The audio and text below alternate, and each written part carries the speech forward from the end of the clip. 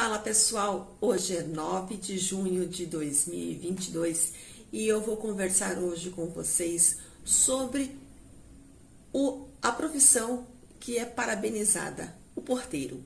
O porteiro, a porteira.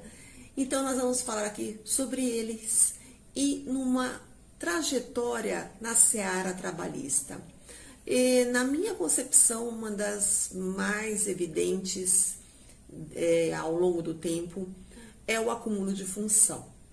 A gente tem que saber diferenciar bem o acúmulo do desvio de função. O acúmulo decorre daquele acréscimo não previsto contratualmente, não previsto no contrato de trabalho e que está extrapolando os limites daquele contrato. O desvio, por sua vez, já é uma atividade que você exerce bem diferente daquela para a qual você foi contratado. Não se correlaciona, às vezes até é parecido, mas não é a mesma função. Para isso, eu vou aqui falar de um juiz que atuou por muito tempo lá no Guarujá, que ensinou a tantos e que sempre numa simplicidade realizava a audiência, tratando as partes da forma como elas entendiam o assunto. Aí vou falar aquela linguagem rebuscada, qual a sua atividade exercida no ambiente de trabalho. Não, ele falava, meu filho, o que você fazia? E aí o cidadão falava assim, o reclamante falava assim, eu era porteiro. Não, eu estou perguntando o que você fazia mesmo. E ele ia anotando, ele mesmo ia anotando no papel. O que você fazia? Fazia isso, fazia aquilo, fazia aquilo. E aí identificava lá depois no final, na sentença, se aquilo tudo realmente era atividade de porteiro ou tinha aquele acúmulo de função.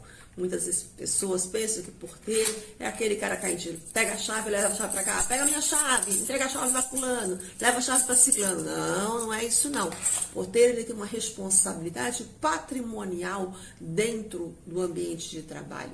Por que ele tem essa responsabilidade? Porque é ele que verifica quem entra, quem sai, os veículos que entram, que saem, ele anota, ele recebe mercadorias. Então, olha a responsabilidade dele. Olha a responsabilidade dele, porteiro, ao receber uma mercadoria frágil, que não pode ser quebrada.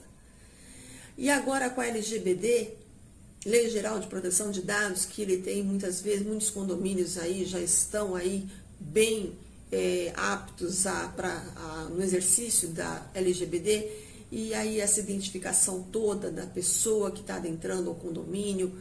Então, o porteiro ele se diversificou, o porteiro ele virou uma atividade muito além do que simplesmente apertar o botãozinho e abre portão e fecha portão.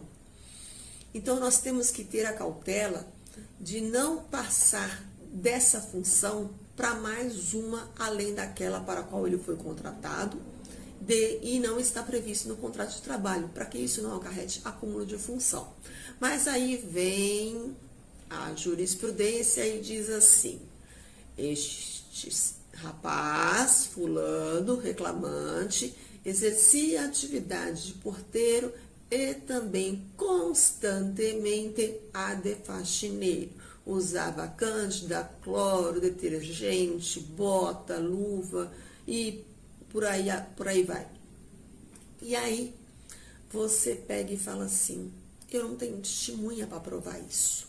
Porque a testemunha é a nossa rainha das provas no direito do trabalho. Como é que eu vou fazer? Obviamente, hoje, não digo que é a rainha, mas está quase lá daqui a pouco, é o tal do celular, né? O tal da foto daqui, o foto de lá, o WhatsApp daqui, print de lá. As pessoas têm que ter muita cautela com relação a esses prints, obviamente. Então, gente, muitos reclamantes vêm se utilizando de fotos para provar que faziam atividades além daquelas para quais foram contratados. E se a convenção prevê lá, por exemplo, um acréscimo de 10% no salário dele, ele vai ter esse acréscimo salarial. Então, as pessoas costumam perguntar assim, como é que o meu condomínio pode se precaver em relação a isso? A reclamada, obviamente, vai falar assim, você contrate porteiros, você contrate faxineiros, você contrate manobristas. Só que a gente sabe que a realidade financeira de muitos condomínios não dá para contratar tudo isso. Então tem que ficar muito bem delimitado todas essas funções para que não acarrete um prejuízo maior lá na frente para os condomínios e nem para que os porteiros sejam prejudicados no desempenho de funções sem que lá na frente tenham esse acréscimo salarial. Então tem que ficar muito bem definido isso para ambas as partes, para que lá na frente ninguém precise falar assim, eu estou saindo num prejuízo. Eu vou ter que entrar com uma reclamação trabalhista para conseguir esse acúmulo, está previsto na minha convenção.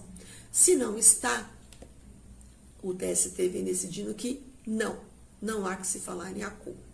Lá nos idos de 2010, 2011, os juízes falavam que sim, tinha que sim dar o acúmulo de função, porque feria lá o artigo 468 da CLT. Então, mesmo que a convenção não estabelecesse esses 10%, 15%, 20%, algumas até mais, não há que afastar a primazia da realidade, né? Cada um tem aí o seu ponto de vista, mas o que vigora hoje não está previsto na convenção, não há que se falar em acúmulo de função, tá bom? Era o que a gente tinha para oferecer para vocês para hoje.